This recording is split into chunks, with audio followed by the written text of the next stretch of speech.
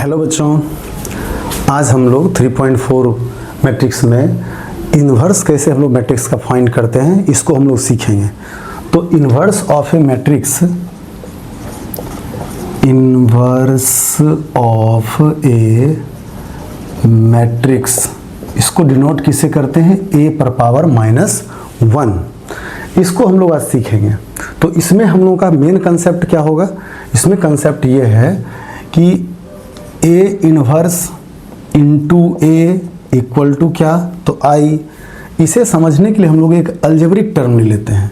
अगर x inverse को x से मल्टीप्लाई किया जाए तो क्या हो जाएगा? 1। कैसे हो जाएगा? x इन्वर्स को हम लोग लिख सकते हैं 1/x इंटू एक्स, और दोनों कैंसिल हो गया, क्या बच गया? 1। वही मैट्रिक्स के टर्म में क्या हो जाएगा?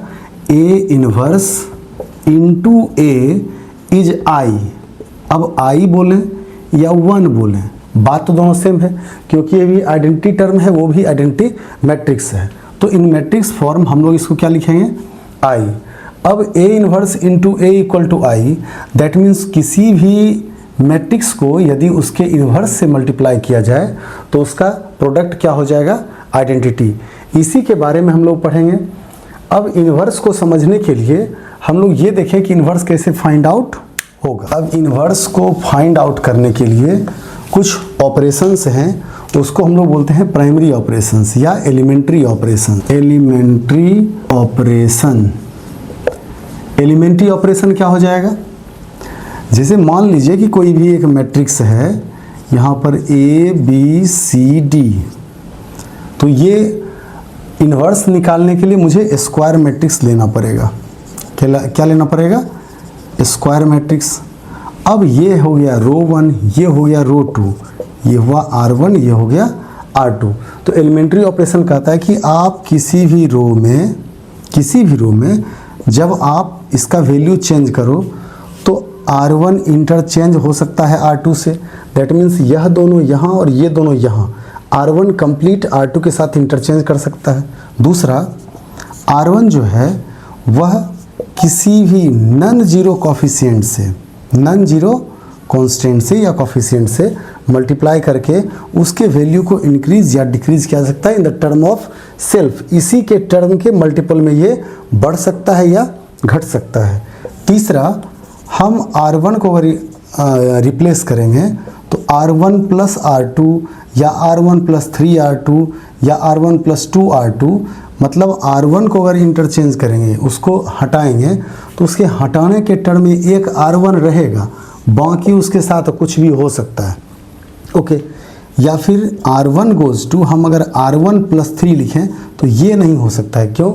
क्योंकि R1 जब रिप्लेस करेगा तो हमने क्या बोला, उसमें R1 रहेगा, मल्टीपल में भी रह सकता है, 2, 3, 4 कुछ भी, बट उसके साथ कांस्टेंट नहीं रहेगा।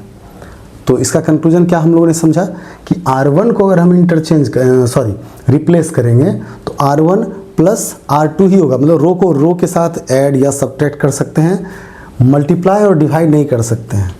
दैट मीन्स R1 के स्थान पर R1 इंटू R2 या R1 बाय R2, ये दोनों ऑपरेशन नहीं होगा। ओके। तो एक एग्जाम्पल हम लोग इसमें देखेंगे। पहले इसमें से जो आपको लग रहा है कि समझने लायक है उसको आप लोग देख लीजिए, फिर हम लोग एक एग्जाम्पल पर चलेंगे। चलिए बच्चों, अब हम लोग एक इन्वर्स का टर्म हम लोग देख लेते हैं। यहाँ पर लिखा हुआ है कि if A is a square matrix of order m means यहाँ m/m, and B is the same order of matrix such that अगर A और B दोनों सेम ऑर्डर का मैट्रिक्स हो तो AB equal to BA equal to I, मतलब A B का inverse और B A का इन्वर्स। तो A इन्वर्स अगर हम B इन्वर्स, दोनों एक दूसरे का इन्वर्स है, तो यहाँ पर क्या हो जाएगा? B inverse into B is I, A inverse into A is I। इसको हम लोग और आगे देखेंगे। अभी आपको ये समझना है कि कोई भी दो मैट्रिक्स मल्टीप्लाई हो करके अगर I हो रहा है, दैट मीन्स 1 हो रहा है, या आइडेंटिटी मैट्रिक्स हो रहा है, तो वह दोनों एक दूसरे का इन्वर्स है। ओके। हम लोग यहाँ पर देखते हैं कि एक मैट्रिक्स दिया हुआ है A इक्वल टू 1, -1, 2 एंड 3। तो हम लोग जान रहे हैं यहाँ पर कंसेप्ट क्या हो जाएगा? We know that A equal to IA, I means identity matrix, in terms of number इसको 1 समझ लेते हैं, तो 1 इंटू ए इज़ ए, तो a इक्वल टू ए लिख सकते हैं। अब यहाँ पर होगा क्या, आगे जब हम लोग इसका ऑपरेशंस करेंगे तो ऑपरेशन करेंगे तो i जो है वो चेंज होगा, i चेंज होके क्या बन जाएगा a इन्वर्स, और a चेंज होके क्या बनेगा i। दैट मीन्स हमको फोकस यहाँ पर करना है कि इस मैट्रिक्स को मुझे चेंज करना है एलिमेंट्री ऑपरेशन से, और लास्ट मुझे बचना क्या चाहिए i। इसके रिस्पेक्ट यहाँ जो टर्म बनेगा, इसके रिस्पेक्ट जो यहाँ टर्म मतलब सॉल्व होकर के आएगा वो क्या कहलाएगा a इन्वर्स, और ये कैरी होते रहेगा। तो कंसेप्ट हमारा क्लियर हो जाएगा यहाँ पर कि a inverse into A is i। मैंने क्या बोला, हम जानते हैं कि a इक्वल टू आई ए जो है वह एलिमेंट्री ऑपरेशन से चेंज होकर के क्या हो जाएगा, लास्ट में i होना चाहिए। अब यहाँ एक बात और ध्यान देना है यहाँ पर कि अगर ये चेंज हो रहा है और एलिमेंट्री ऑपरेशन से चेंज होके किसी रो में दोनों एलिमेंट 0 हो जाए, या किसी कॉलम का दोनों एलिमेंट 0 हो जाए, फर्स्ट का दोनों 0 हो या फर्स्ट कॉलम का 0 हो, सेकेंड रो का दोनों 0 हो या सेकेंड कॉलम का दोनों 0 हो जाए, तो वहाँ पर लिखेंगे कि a inverse does not exist. क्या हो जाएगा, a inverse does not exist, क्योंकि जब हम इसको सॉल्व करते हैं डिटर्मिनेंट के टर्म में तो इसका रिजल्टेंट 0 आता है और 0 का कोई इन्वर्स होता नहीं है। बाकी इसको हम लोग सॉल्व जब करेंगे डिटर्मिनेंट मेथड में तो ये समझ में आएगा कि इसका 0 कैसे होता है। अभी आपको ये याद रखना है कि ए मैट्रिक्स को जब हम एलिमेंट्री ऑपरेशन से लगाएंगे तो लास्ट में मुझे बचना क्या चाहिए, बचना चाहिए आइडेंटिटी मैट्रिक्स। अगर उस आइडेंटिटी मैट्रिक्स का कोई एक रो या कोई एक कॉलम 0 हो जा रहा है तो उसका इन्वर्स एग्जिस्ट नहीं करता है। इतना बात हम लोगों को समझ लेना है। अब इस एग्जांपल से हम लोग चलते हैं। हम लोगों ने क्या लिखा कि as we know a equals to I A यहाँ पर क्या है 1 -1 2 and 3 एंड आइडेंटिटी मैट्रिक्स हमेशा होता है 1 0 0 1 इंटू ए। ओके, अब यहाँ नहीं देखना है, मुझे LHS में देखना है कि R1 R2 इसे मुझे चेंज करके क्या लाना है, आइडेंटिटी मैट्रिक्स। यहाँ 1 है, यहाँ भी 1 है, दैट मीन्स यहाँ मुझे फोकस नहीं करना है, फोकस करना है कि हमारा यह मैट्रिक्स इसके नियर बाय होते जाए। यहाँ पर 2 है और यहाँ 0 है, यहाँ मुझे 0 लाने का प्रयास करना है। तो क्या लिखेंगे, R2 goes to, that means R2 2 3, focus मैं यहाँ कर रहा हूँ, इसके रिस्पेक्ट ये जो चेंज होगा वो आ जाएगा। R2 goes to, that means 2 goes to R2 minus twice of R1, R2 that is 2 -2 into 1 2, तो 2 - 2 क्या हो जाएगा 0। तो यहाँ क्या हो जाएगा इसके रिस्पेक्ट 3 -2 इंटू -1, 3 -2 इंटू -1 इक्वस टू क्या हो गया 5। बट मुझे ये नहीं सोचना है कि ये वैल्यू जो है वो और इंक्रीज़ कर गया। अगर उसका एक टर्म 0 आ रहा है तो आगे हम लोग उसमें काम कर सकते हैं। मुझे चेंज क्या करना है यहाँ पर R2 को, फोकस क्या है मेरा R2, तो R1 में कोई चेंज नहीं करना है तो R1 को मैंने लिख दिया। यहाँ भी R1 में कोई चेंज नहीं करना है, R1 को लिख दिया। चेंज क्या करना है R2, क्या चेंज करना है R2 that is 2 -2 into 1 0, 3 -2 into -1 is 5।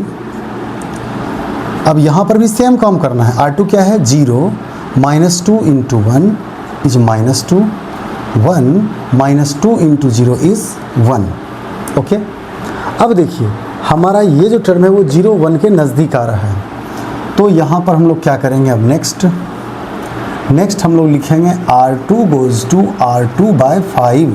किसी भी रो में नंबर से डिवाइड या मल्टीप्लाई किया जा सकता है, किसी रो को रो से डिवाइड और रो से मल्टीप्लाई नहीं किया जा सकता।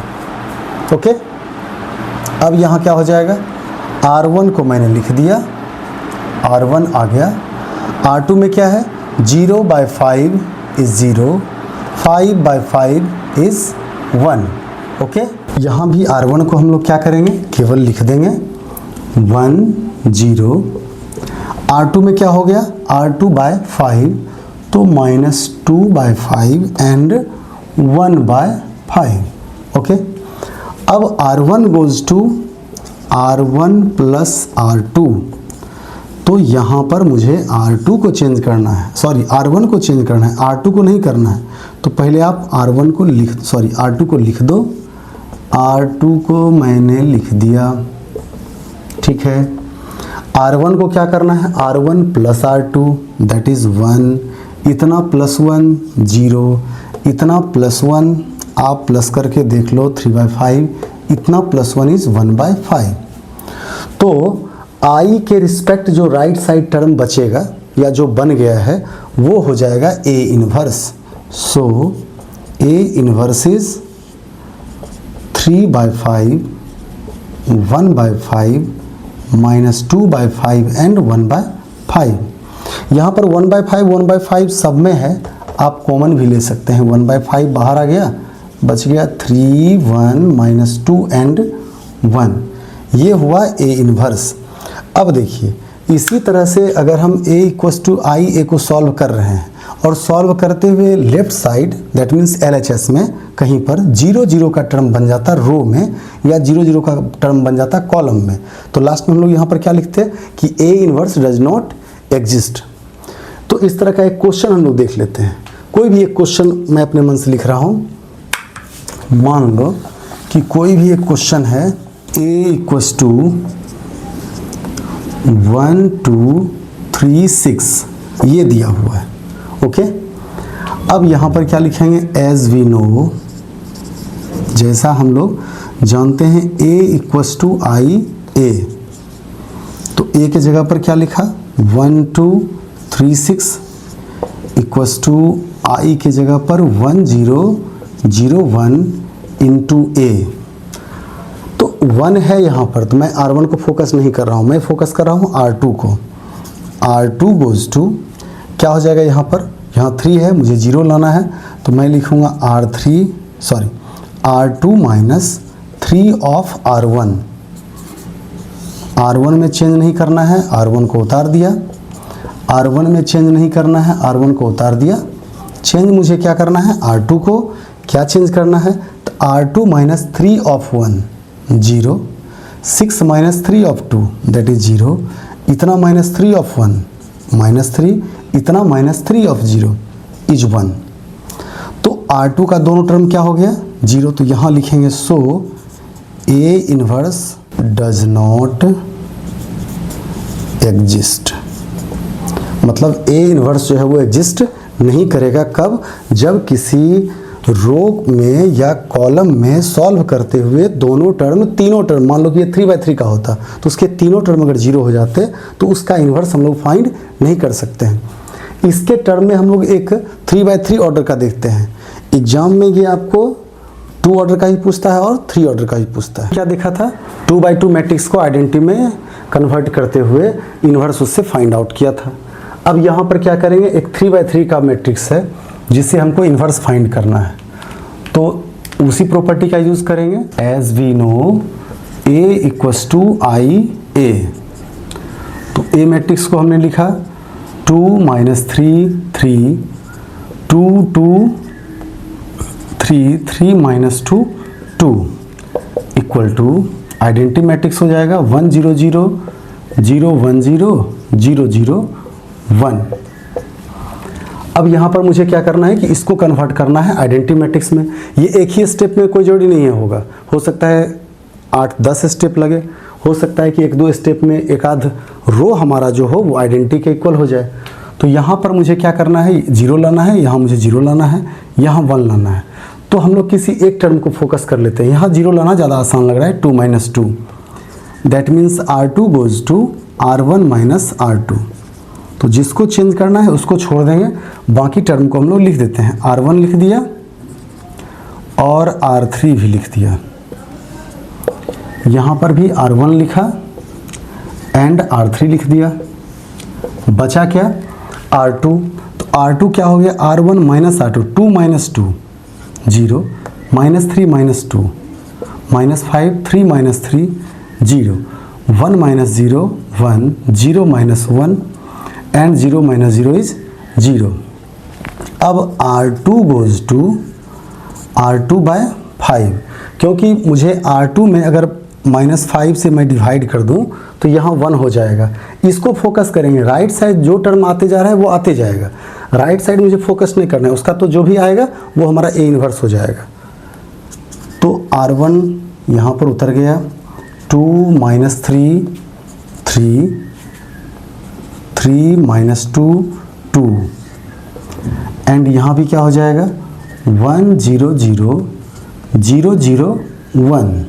ओके, चेंज कहाँ पर करना है R2, डिवाइड किससे करना है -5, 0/-5 इज 0, इतना by-5 is 1 and 0/-5 is 0, 1/-5 -1/5 -1/-5 is 1/5 and 0/-5 is 0। मुझे अब यहाँ पर 1 लाना है, तो यहाँ 1 क्यों लाएं, मैं डायरेक्ट R1 पर 1 ले आता हूँ। तो R1 goes to R3 - R1। R2 में कुछ नहीं करना है, R2 को लिख दो। R3 में कुछ नहीं करना है, इसको भी उतार दिया। राइट साइड भी सेम काम, R2 में कोई चेंज नहीं है, -1/5 1/5 एंड 0। R2 में भी कोई काम नहीं है, इसको भी लिख दिया। हाँ, एक चीज़ और ध्यान रहे, यहाँ पर अगर एक भी स्टेप में एलिमेंट्री ऑपरेशन में प्लस माइनस में अगर आपका मिस्टेक हो गया तो फिर आपको लास्ट तक वो मिलने वाला नहीं है, ये पूरे चक्रव्यूह में आपको फंसा लेगा। R1 गोज़ टू मैंने क्या लिखा, R3 - R1, 3 - 2 is 1, -2 -3 is 1, 2 - 3 is 1। Okay, -2 -3 1, 2 - 3 1। अब एक चीज़ आपको ध्यान देना है कि यहाँ एक भी टर्म मिस्टेक नहीं हो। 0 - 1 इज -1, 0 - 0 इज 0, 1 - 0 इज 1। ओके, अब यहाँ मुझे 0 लाना है। R3 goes to R3 - 3 R1। तो R1 को मैंने वैसे ही लिख दिया, R2 को भी वैसे ही लिखा। एक बार यहाँ पर हम लोग क्रॉस चेक कर लेते हैं, इतना माइनस इतना 1, इतना माइनस ऑफ 2 - 3 इज -1, सॉरी ये क्या हो जाएगा -1, तो ये यहाँ पर हमारा हो गया -1। R3 goes to R3 - 3 R1।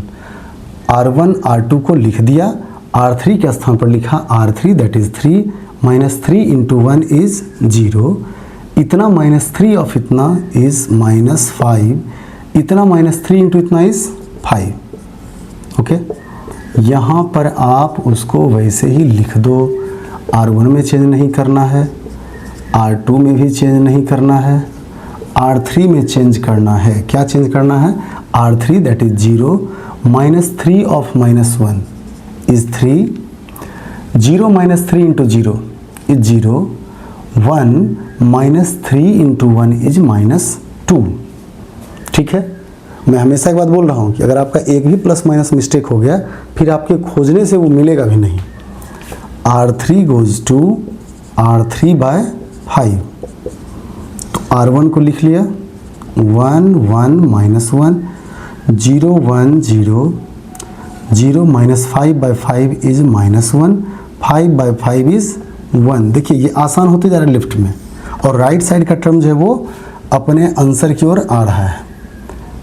1 -1/5, 1/5 0, 3/5 0, -2/5 into A। अब बताइए किसको किसके साथ ऐड करें कि वो आइडेंटिटी मैट्रिक्स के नज़दीक हो जाए। अगर मैं इसको इससे ऐड कर दूं तो 1 -1 दोनों ऐड होके 0, -1 + 1 ऐड होके 0।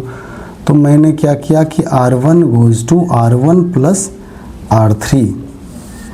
R2 में कुछ नहीं करा, उसको उतार दिया। R1 + R3 1, 1 -1 0, -1 + 1 0। चलिए R2 को उतार दिया, R3 को भी उतार दिया।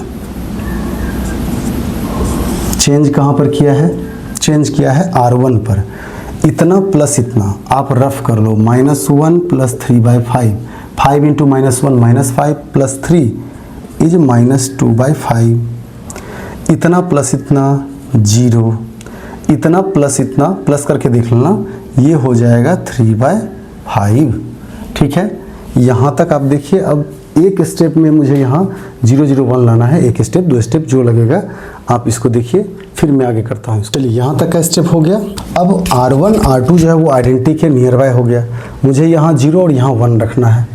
अब क्या करेंगे, अब यहाँ पर मुझे लाना है 0 0 1। कैसे आएगा, अगर हम इन दोनों को जोड़ दें, that means R3 goes to R2 plus R3, तो क्या हो जाएगा, R1 जैसे है वैसे ही आ जाएगा, 1 0 0 0 1 0, इन दोनों को ऐड कर दो 0, इन दोनों को ऐड किया 0, एंड 0 + 1 इज़ 1। ओके, यहाँ पर भी R1 R2 को उतार दिया, -2/5 0 3/5 -1/5 1/5 एंड 0। R3 में आपको ऐड किसको करना है, R2 को, तो इन दोनों को ऐड करिएगा तो क्या आ जाएगा 2/5, 1/5 + 0 इज 1/5, इतना प्लस माइनस 2/5 इज -2/5। तो LHS में हमको आइडेंटिटी आ गया है, दैट मीन्स ये क्या हो गया, इन्वर्स टर्म।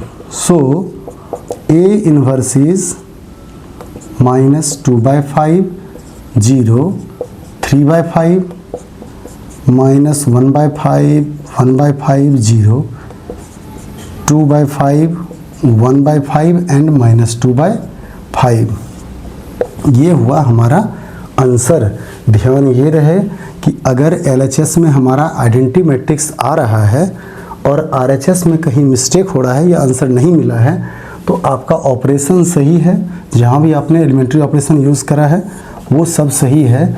मिस्टेक कहाँ पर है, उस एलिमेंट्री ऑपरेशन में RHS में कहीं प्लस माइनस करने या डिवाइड करने में, मल्टीप्लाई करने में कोई मिस्टेक हो गया है, तो आप उसको रिवाइज करके भी चेक कर सकते हो। बाकी हम लोग नेक्स्ट वीडियो में 3.5 को देखेंगे। Thank you.